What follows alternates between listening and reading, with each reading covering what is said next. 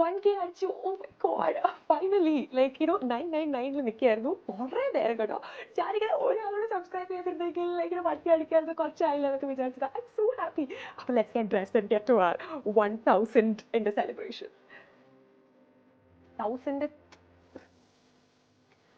Subscribers ആയെന്നൊക്കെ വെച്ചിട്ട് ഞാൻ എൻ്റെ ബ്യൂട്ടി പ്രോഡക്ട്സ് ഒക്കെ അപ്ലൈ ചെയ്തിട്ട് സംസാരിക്കുന്നതായിട്ട് ഒരു വീഡിയോ ഒക്കെ എടുത്തിരുന്നു കേട്ടോ. വെൽ അത് ഞാൻ മൈക്ക് ഓൺ ചെയ്യാൻ മറന്നുപോയി ആൻഡ് ശബ്ദമൊന്നുമില്ല. എന്താണേലും ഒരു തന്നെ കാണാമല്ലോ. Thank you so much for the 1000 people who have subscribed. It means the world to me. Because ഞാൻ ഈ ഒരു പേജ് ഞാൻ സ്റ്റാർട്ട് ചെയ്തു, ഈ ഒരു യൂട്യൂബ് ചാനൽ ഞാൻ start ചെയ്തപ്പോഴത്തേക്ക് I was unsure but I was also sure that എനിക്കത് ചെയ്യണം. It's not about വേറെ ഒന്നും. It's about the fact that this message of how a breast cancer lives, a breast cancer navigates her life, breast cancer survivor, oh my God, breast cancer survivor navigates her life. അതെങ്ങനെയാണെന്ന് കാണിക്കണം.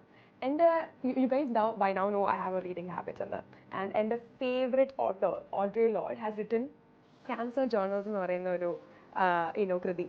അതിനകത്ത് she says that എല്ലാ സ്ത്രീയും ആ cancer diagnosis വരെ how she lives അതായിരിക്കും അവരുടെ cancer treatment ജേർണിയുടെ reflection. It's just a reflection of self എന്ന് പറഞ്ഞിട്ട്. And therefore it's all different എന്ന് എനിക്കറിയാം. പക്ഷേ ഞാൻ കൂടുതലായിട്ട് സംസാരിക്കുമ്പോഴും ഫോർ എക്സാമ്പിൾ കീമോതെറപ്പി അതെങ്ങനെയായിരുന്നു, അത് ഫസ്റ്റ് എത്ര കാലം ഇടവിട്ടായിരുന്നു പലർക്കും, അത് എങ്ങനെയാണ് പലരുടെയും ബോഡി എഫക്ട് ചെയ്തത്, ഇതെല്ലാം അറ്റ്ലീസ്റ്റ് ഏറെക്കുറെ സിമിലർ ആണ്. It's all different as well but ഏറെക്കുറെ സിമിലർ ആണ്. ടു അറ്റ്ലീസ്റ്റ് നോ ഓക്കെ ഞാനിത് വലിയൊരു സാധനം ഉണ്ടാക്കാറ്. Because for women we feel that നമ്മൾ ഒരു പെയിൻ ആരുടെയും ഒന്ന് പറയുകയാണെങ്കിൽ നമ്മളത് പെരുപ്പിച്ച് പറയുകയാണ്, നമ്മുടെ ടോളറൻസ് അത്രയും വലുതല്ലേ, isn't it good enough, or are we not good enough, are we inconveniencing anyone എന്നൊക്കെ ഉള്ളൊരു ചിന്ത വിമൻ എന്നുള്ള രീതിയിൽ നമ്മുടെ മനസ്സിലൂടെ പോകാം. അപ്പോൾ ആൻഡ് ഈവൻ വേറെ ചില thoughts which we are like ഈ സമയത്ത് ഇത് ആലോചിക്കേണ്ടതാണോ എന്നൊക്കെ പറഞ്ഞിട്ട് നമ്മൾ ആലോചിക്കാം അല്ലേ. അപ്പോൾ അതിന് വേണ്ടിയിട്ട് ആണ് ഞാൻ ഈ ചാനൽ തുടങ്ങിയത്, സെയിങ് ദാറ്റ് ഞാൻ 30 ഇയേഴ്സിലാണ് ഡയഗ്നോസ് ആയത് ബ്രസ്റ്റ് ക്യാൻസറിൽ.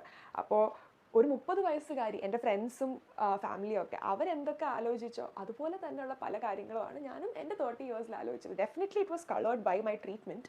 പക്ഷേ അല്ലാതെ ഞാനും എന്താ പറയുക, അയ്യോ എനിക്ക് അത് കഴിഞ്ഞിട്ട് ജോലിക്ക് അപ്ലൈ ചെയ്യണമല്ലോ, ഇത് കഴിഞ്ഞിട്ടൊക്കെ ഐ എം മാരിഡ്, അപ്പം എൻ്റെ പാർട്ട്ണറുമായിട്ടുള്ള മുന്നോട്ടുള്ള ലൈഫ് എല്ലാം were things which really bothered me. So yes, thank you so much for being here and supporting me through this. And yeah, I'm so happy.